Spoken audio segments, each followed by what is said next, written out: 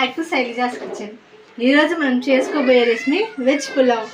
దానికి కావాల్సిన ingredients: carrot, పచ్చిమిరకాయలు. మీ ఇంట్లో ఏమైనా వెజిటేబుల్స్ ఉంటే అవి వేసుకోండి. మా ఇంట్లో క్యారెట్, క్యాప్సికమ్ ఉన్నాయి కాబట్టి అవి వేసుకుంటున్నాను. మీకు కావాలంటే క్యాలీఫ్లవర్, క్యాబేజ్ అవి కూడా వేసుకోవచ్చు. పుదీనాకు, కొత్తిమీర, బంగాళదుంపలు, టొమాటో, ఉల్లిపాయ, బిర్యానీ దినుసులు, జీడిపప్పు, నెయ్యి, అలాగే కొంచెం నూనె, కొంచెం పొడి మసాలా, ధనియాల పొడి.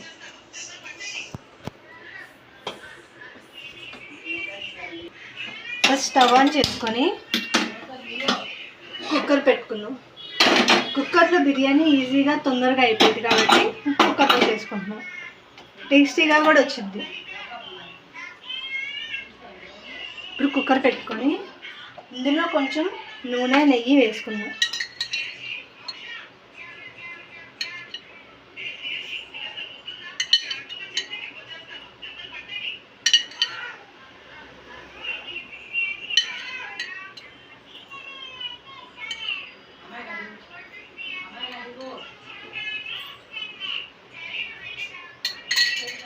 నెయ్యి వేసుకొని చేసుకుంటే బిర్యానీ చాలా టేస్టీగా ఉంటుంది కాబట్టి మేము నెయ్యి ఎక్కువ వేసుకుంటున్నాం, నూనె తక్కువ వేసుకుంటున్నాం.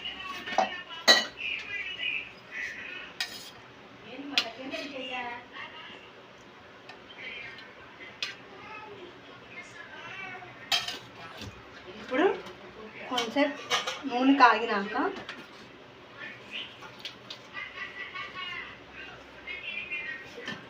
అందులో ఫస్ట్ జీడిపప్పులు వేయించుకొని తీసేసుకుందాం. కొంచెం నూనె కాగాలి. ఇప్పుడు ఇందులో జీడిపప్పు వేసి వేయించుకుందాం.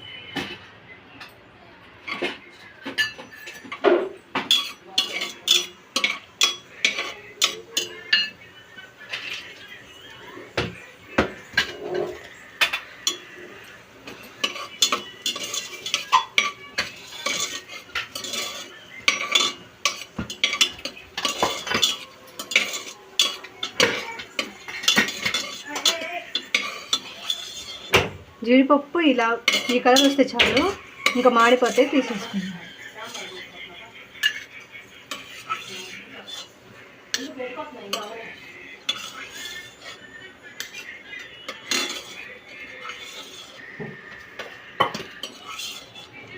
ఇలా పక్కన తీసుకున్న తర్వాత ఇప్పుడు ఇందులో ఉల్లిపాయలు వేసుకోవాలి.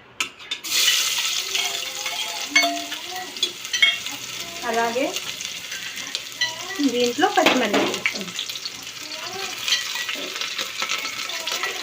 పచ్చిమిరకాయలు వేసినప్పుడు జాగ్రత్త, చిందుతాయి.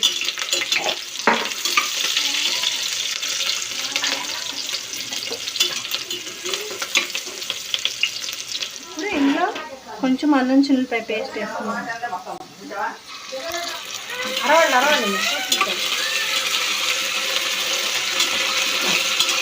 ఇప్పుడు అల్లం చిన్నులపై పేస్ట్ పచ్చివాసన పోయేంత వరకు వేయించుకుందాం. ఇక్కడ అల్లం చిన్నులపై పేస్ట్ వేగుతుంది కదా, ఈలోపు మనం మీల్ మేకర్ని ఉడకబెట్టుకుందాం. ఇప్పుడు గిన్నెలో కొంచెం వాటర్ పోసుకుందాం.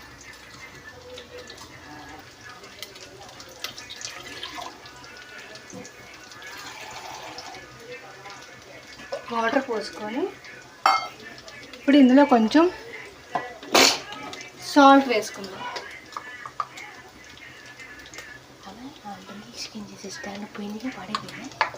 స్టవ్ ఆన్ చేసుకొని పెట్టుకుంటే నీళ్ళు మరిగిన తర్వాత మేము మేకర్ వేసుకుందాం. ఇప్పుడు ఇందులో క్యారెట్ వేసేసుకుందాం.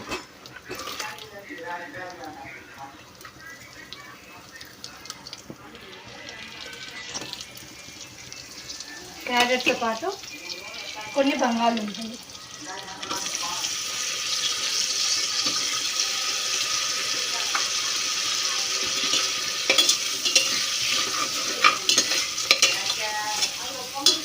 ఇప్పుడు వీటన్నిటిని ఒకసారి కలుపుకొని వదిలేస్తే ఇవి వేగుతూ ఉంటాయి. ఈలోపు మనం పక్కన మీల్ మేకర్ పని చేయాలి.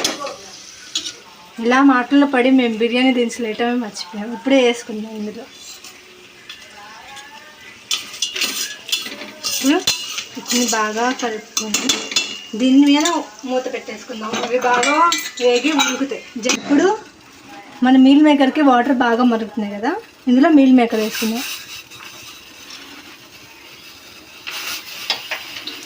మీల్ మేకర్స్ ప్యూర్ వెజ్ అండి, ఎవరైనా తినచ్చు, వెజిటేరియన్స్ వాళ్ళు కూడా. ఇవి చాలా మంచిది. జస్ట్ 2 minutes అలా ఉంచి ఆపేస్తే చాలిపోయింది.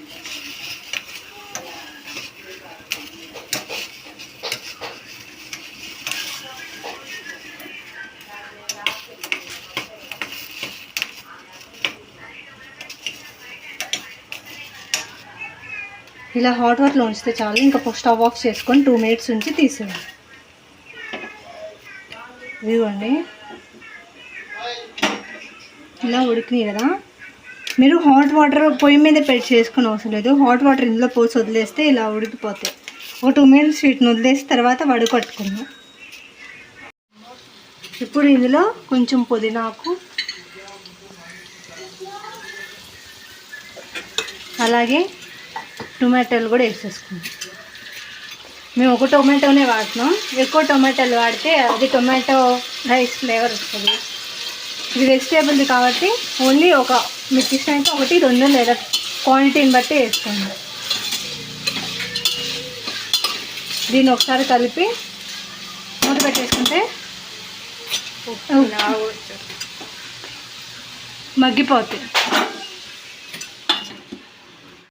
ఇందాక మీల్ మేకర్ ఉడకబెట్టుకున్నాం కదా, ఇలా స్క్వీజ్ చేస్తే వాటర్ వస్తాయి. అవన్నీ తీసేసుకొని ఇప్పుడు ఇందులో వేసుకున్నాం. వాటర్ ఎందుకు తీసేస్తామంటే ఇప్పుడు మళ్ళీ ఇందులో వాటర్ పోస్తాం కదా, దీంట్లో ఉన్న మసాలా మొత్తం దీనికి పడతాయి.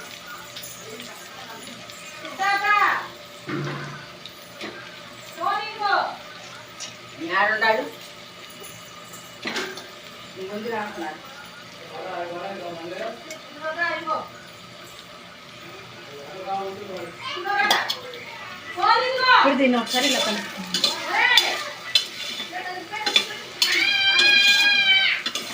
ఇప్పుడు ఇందులో క్యాప్సికమ్ కూడా వేసేసుకొని మన ఉప్పు కారం అన్నీ వేసుకుందాం. ఇప్పుడు ఇందులో ఫస్ట్ సాల్ట్ వేసుకుందాం.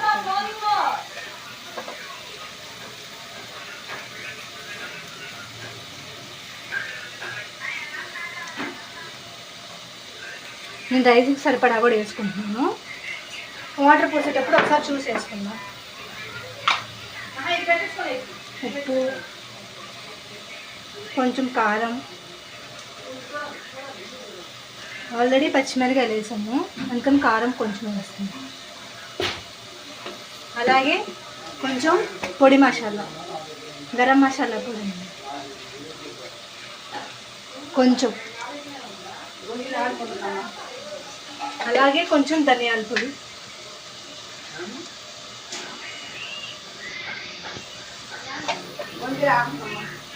ఇప్పుడు వీటన్నిటిని ఒకసారి కలుపుకుందాం.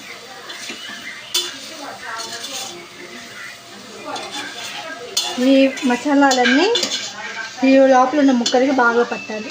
ఒక 5 minutes ఇలా మూత పెట్టి వదిలేద్దాం.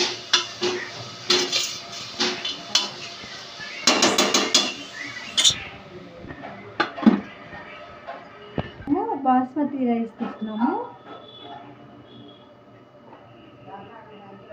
దీంతో 1.5 glass తీసుకున్నాము. ఈ మెజరింగ్ కప్తో వీటిని ఆల్రెడీ కడిగి శుభ్రంగా కడిగి అక్కడ పడేసి పెట్టుకున్నాము. బాస్మతి రైస్ నానేసిన దానికన్నా ముందు ఇలా కడిగి పక్కన పెట్టేసుకొని అప్పుడు వేసుకుంటే చాలా బాగుండిద్ది. ఒకవేళ వేసే ముందు కూడా కడుక్కోవచ్చు. ఇదిగోండి,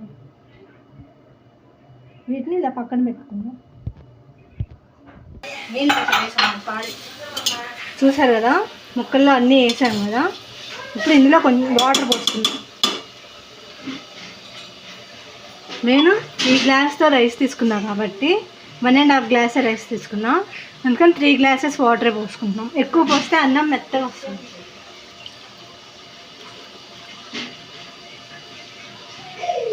ఒకవేళ మీకు ముక్కలు ఉడికినాయో లేదో తెలియాలంటే ఇలా గరిటె పెట్టి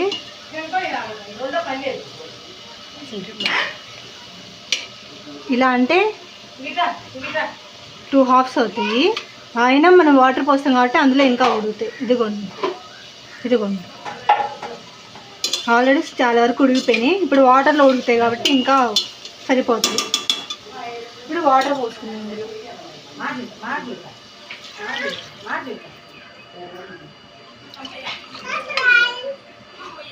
పెట్టారు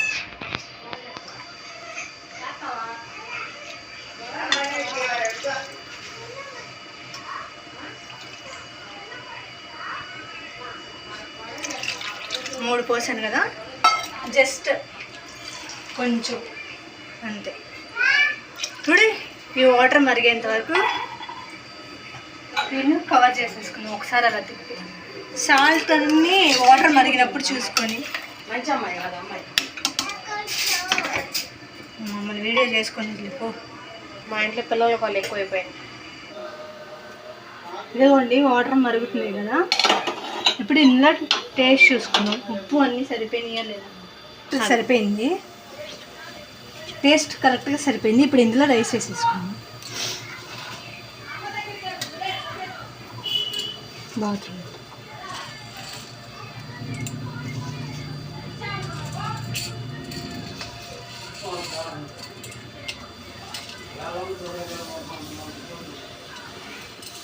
మీరు ఇలా కాకుండా రైస్ని మసాలాల్లో ఫ్రై చేసి కూడా వాటర్ పోసుకోవచ్చు. అది నెక్స్ట్ వీడియోలో చూద్దాం.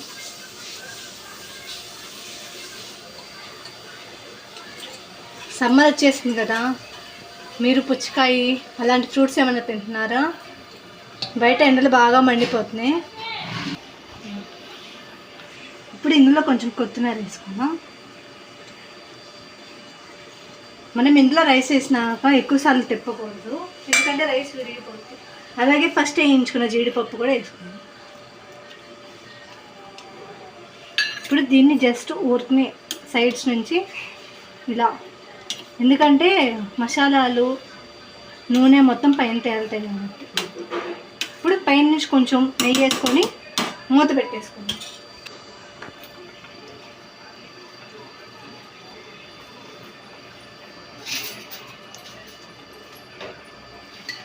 నెయ్యి ఎందుకంటే టేస్ట్ బాగుంటుంది కాబట్టి జస్ట్ అలా 2 స్పూన్స్ నెయ్యి వేసుకొని ఇంకా కుక్కర్ విజిల్ పెట్టండి.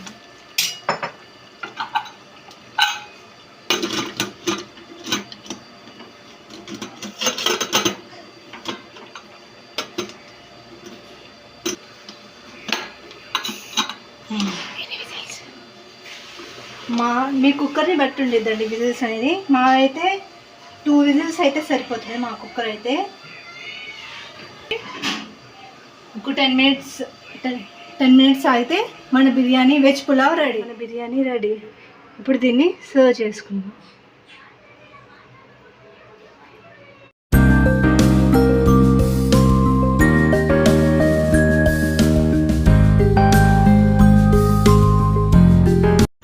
మా వీడియోస్ కనుక మీకు నచ్చినట్లయితే లైక్ చేయండి, షేర్ చేయండి అండ్ సబ్స్క్రైబ్ చేసుకోండి.